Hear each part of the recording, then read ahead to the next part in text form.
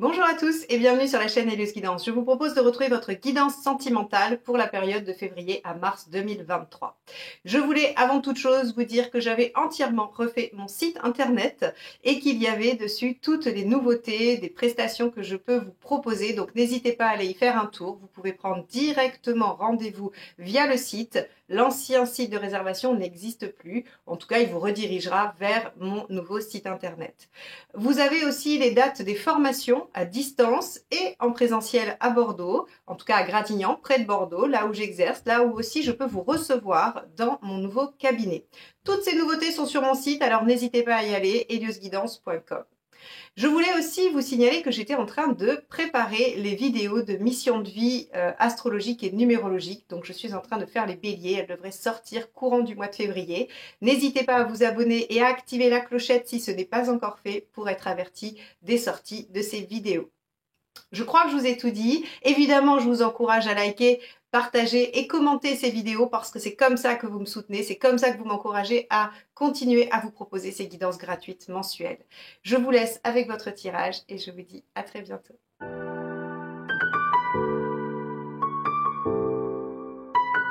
Les poissons, c'est parti pour votre tirage relationnel. Allons voir ce que le mois de février et le mois de mars vous réservent.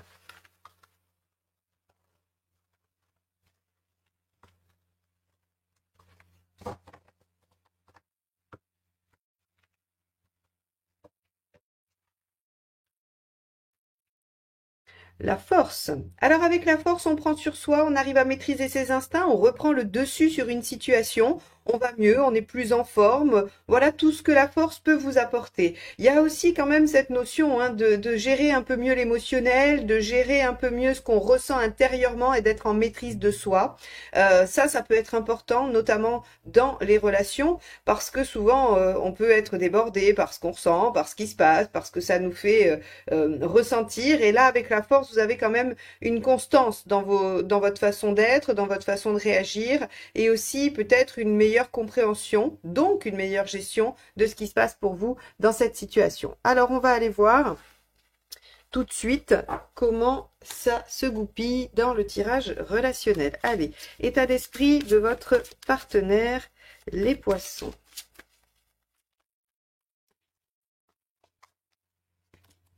On a le 8 de coupe. Très belle carte puisque le 8 de coupe, c'est je décide de partir en quête de ce qui va me rendre heureux et donc j'accepte de laisser, de lâcher, de laisser derrière moi ce qui finalement ne représente pas l'épanouissement total pour aller chercher le 9 et le 10 qui sont vraiment l'aboutissement et une sorte d'idéal. Donc votre partenaire a envie d'aller vers son idéal, a envie de tout faire pour y arriver et est capable de laisser derrière elle ou lui des choses probablement auxquelles il ou elle tient, mais qui ne représentent pas cette notion d'idéal.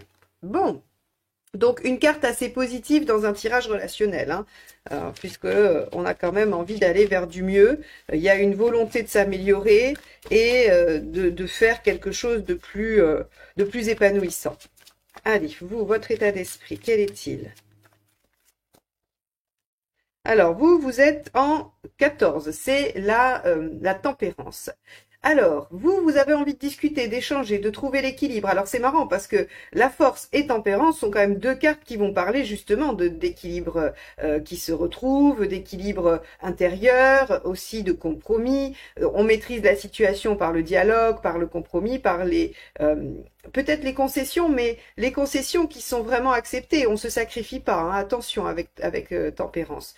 Donc, vous avez une dynamique de douceur, où vous avez envie d'aller vers quelque chose d'harmonieux, de plaisant. Tempérance, c'est aussi les bons moments, c'est le fait de se sentir bien entouré, d'avoir un affect assez doux. C'est aussi la fin des épreuves. Vous avez peut-être envie d'en finir avec quelque chose qui vous faisait souffrir, qui n'était pas agréable pour vous. On va aller voir quelle est la problématique dans cette situation.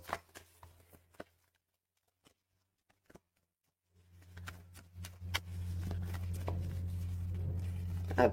Alors, on a le 3 de coupe. Ok. Alors effectivement, avec le 3 de coupe, on va avoir plusieurs, on va dire plusieurs directions. Il peut y avoir un manque de bons moments, de joie, de légèreté, de passion, de fougue, mais il peut aussi y avoir un défaut de construction, c'est-à-dire que vous ne voyez pas les choses émerger. Vous êtes là dans cette relation qui pourrait stagner et qui n'évolue pas, puisque le 3 est quand même un chiffre d'évolution, de création, de mise en œuvre, de démarrage. Vous voyez, le 1 c'est le potentiel, le 2 c'est les outils et le 3 c'est les outils qui font du potentiel quelque chose, hein, qui commencent à sortir de terre quelque chose qui peut au moins se voir, hein, et se palper. Donc on a vraiment avec ce 3 de coupe en problématique une difficulté peut-être à aller de l'avant à créer, hein, d'où peut-être le partenaire qui a l'intention d'être en 8 de coupe et d'aller chercher quelque chose de plus, et vous de trouver peut-être des compromis ou de discuter. On a aussi cette notion de jalousie peut-être en problématique aussi, parce que le problème du 3 de coupe, c'est qu'il peut représenter la passion, et quand il est en négatif, il représente la possessivité et la jalousie. Alors, est-ce que c'est ça qui vous préoccupe? Ça pourrait pour certains d'entre vous, hein, et on voit que le partenaire veut chercher l'idéal, veut mieux faire, vous cherchez à apaiser les choses.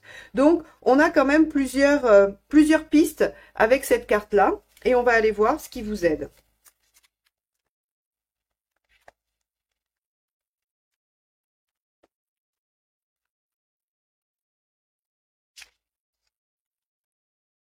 Alors, le 7 de bâton. Le 7 de bâton, c'est le fait de se battre, hein, pour ce en quoi on croit. C'est le fait de défendre ses idées, ses envies, ses plates-bandes.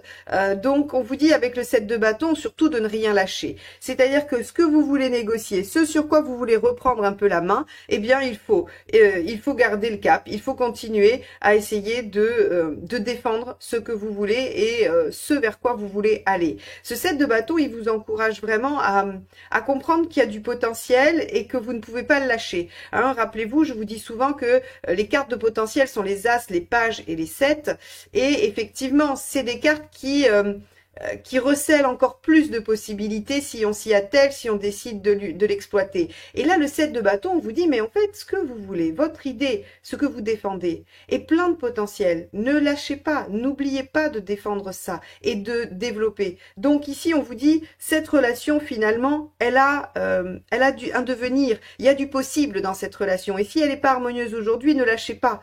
Ne lâchez pas et défendez-la et essayez de trouver les solutions qui vont vous permettre de la rendre plus harmonieuse. Donc, on va aller voir évidemment ce qui ne vous aide pas.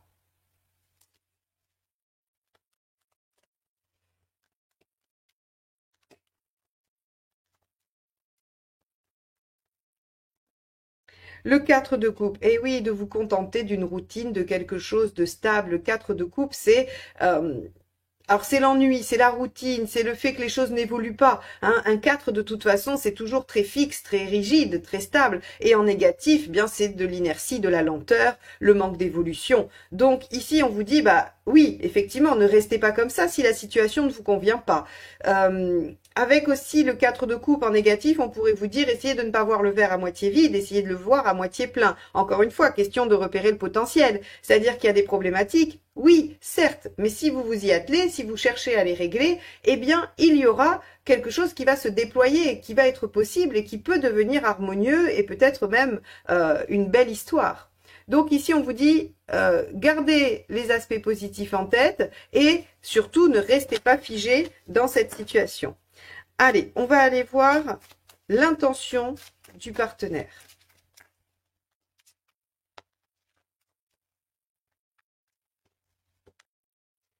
Le 3 d'épée, parfait. Le 3 d'épée dans l'intention, c'est ok, je ne veux plus qu'on fasse de déni de quoi que ce soit.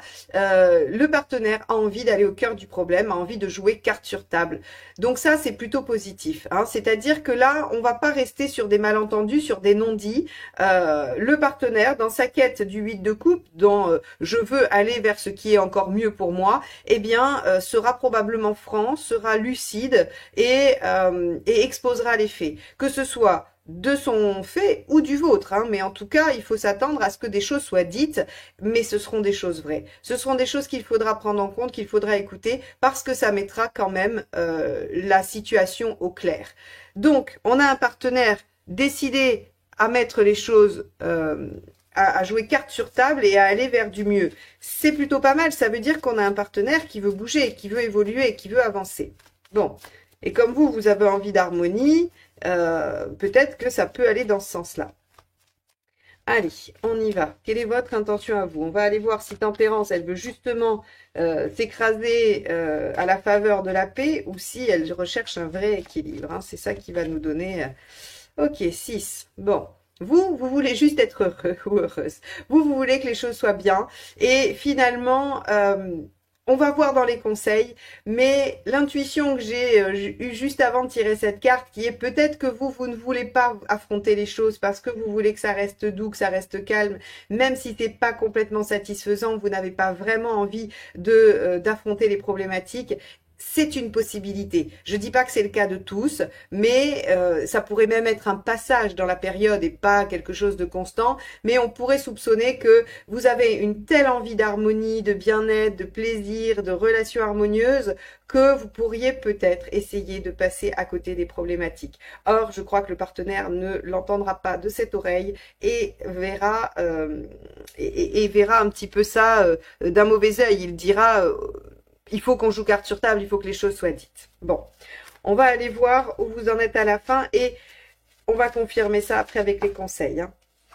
Alors, où vous en êtes à la fin, celle-ci a sauté du jeu. Donc, le 5 de coupe nous dit que vous en êtes... alors, c'est marrant parce que je crois qu'elle est sortie exactement au même endroit pour un autre signe. Je ne sais plus, les Verseaux peut-être.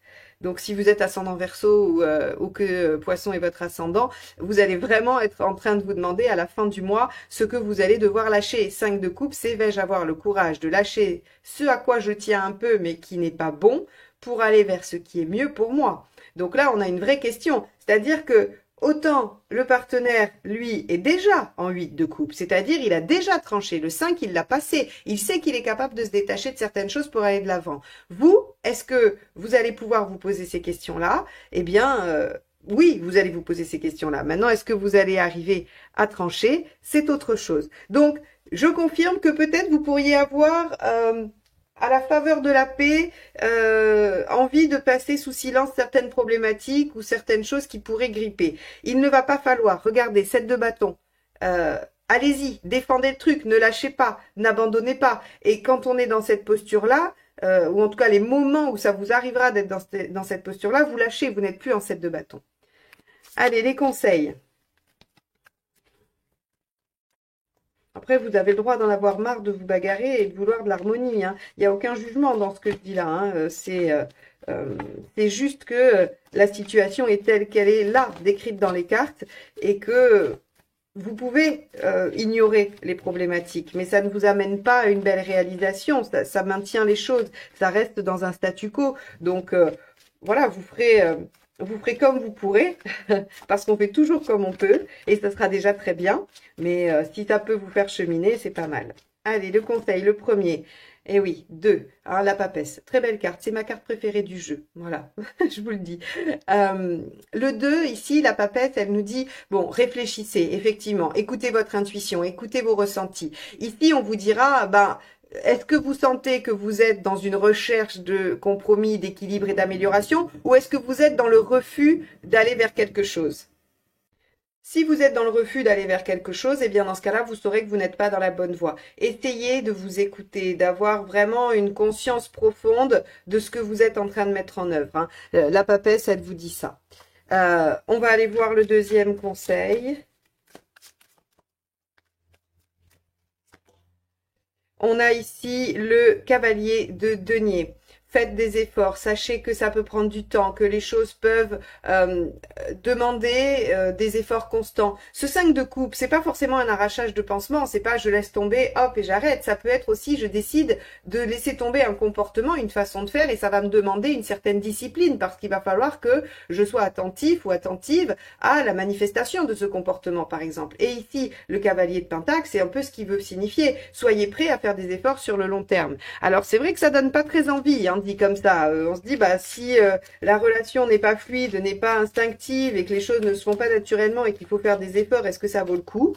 Eh bien, le tirage a l'air de dire oui. Hein. Après, c'est voilà, à vous de voir ce que vous avez envie de vivre ou non. Ça vous appartient. Vous êtes entièrement libre de faire vos choix de vie. Mais sur cette relation, sur celle qui vous préoccupe, voilà ce que ça nous dit. Et pour finir, 6 de denier. La collaboration, là, vraiment, va être quelque chose d'important. Ici, vous savez, ce 6 de denier, je dis toujours, c'est la générosité. On parle de ça, mais il faut penser que le 6, il est toujours en recherche d'équilibre. Il vise l'équilibre. Il n'y est pas forcément, mais il le vise. Et donc, forcément, celui qui donne à celui qui a moins, que ce soit du temps, de l'argent, de l'amour, peu importe, hein, celui qui donne, en fait, a pour objectif de réduire l'écart entre les deux. Et cet écart, s'il est réduit, on arrive à l'équilibre. Donc, ici, on vous dit, acceptez de collaborer avec l'autre, acceptez d'aider ou de vous faire aider. Quoi qu'il en soit, le 6 de denier vous dit, plus vous collaborerez, plus vous réduirez l'écart entre vous. Bon, alors c'est sûr que dans les conseils, on a beaucoup de choses pratiques. Dans les problématiques, on a pas mal de coupes. On voit bien que ça met en émotion, que c'est pas facile, que c'est pas si simple que ça. Mais je pense que cette situation, si vous la regardez en face, si vous êtes lucide à propos de ça, vous verrez que finalement, il y a des aspects qui sont pas terribles, effectivement, 4 de coupe, mais il y en a d'autres qui sont extrêmement positifs.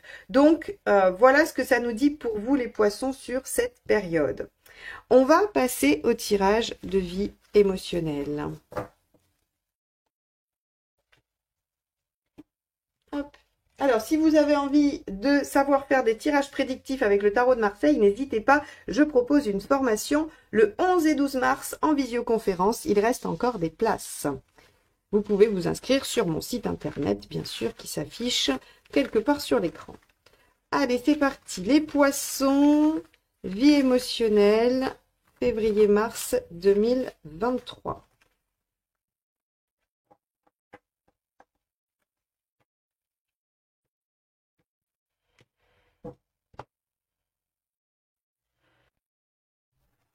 Alors, votre état d'esprit. L'empereur. Ok, très bien. Ce que vous voulez. La papesse inversée. Ok. Ensuite, pourquoi ça ne fonctionne pas? On a le hiérophante. Ok. Ce qu'il faut faire pour que ça fonctionne. Le 21, très bien. L'issue à court terme. Waouh, le mât, génial. Ça, c'est top. Superbe. Et à plus long terme, qu'est-ce qu'on a? L'ermite inversé, c'est pareil. Pour un tirage de vie émotionnelle, l'ermite inversé est excellent. Alors, hop, je vous place les cartes comme il faut et on y va pour l'analyse de ce tirage. Alors, vous êtes en position d'empereur, c'est-à-dire que vous avez l'état d'esprit de quelqu'un qui veut construire, qui est déterminé à faire des efforts ou être persévérant, à vouloir aller de l'avant. Et donc, si vous voulez, cet empereur, il montre juste votre envie de stabilité, votre envie d'être stable et d'être sécure aussi, hein, parce que finalement l'empereur il a besoin de sécurité, il a besoin de construire quelque chose autour de lui qui soit stable et qui le fixe. Alors, votre état d'esprit, ce que vous voulez, c'est l'impératrice inversée, pardon, la papesse inversée. La papesse inversée, elle veut passer à l'action. Elle veut mettre en œuvre, elle a assez réfléchi. L'empereur a déjà fait le plan, la papesse veut, elle, se mettre en action. Alors, ces écueils, c'est que parfois elle se met en action de façon un petit peu irréfléchie, c'est-à-dire qu'elle se dit juste qu'il faut se mettre en action et puis voilà, et peu importe l'action. Donc ça peut être un écueil, mais c'est pas obligatoire. Vous pouvez aussi avoir longuement réfléchi, écouter votre intuition et savoir exactement ce que vous avez à faire. Maintenant, on vous dit, pourquoi ça marche pas? Alors ici, j'aurais tendance à vous dire que ça ne fonctionne pas parce que avec le hiérophante, vous êtes trop conventionnel ou vous êtes trop dans ce que l'on vous dit de faire. Soit vous écoutez trop les conseils des autres, soit vous demandez trop l'avis des autres et vous êtes un peu empêtré dans quelque chose comme ça.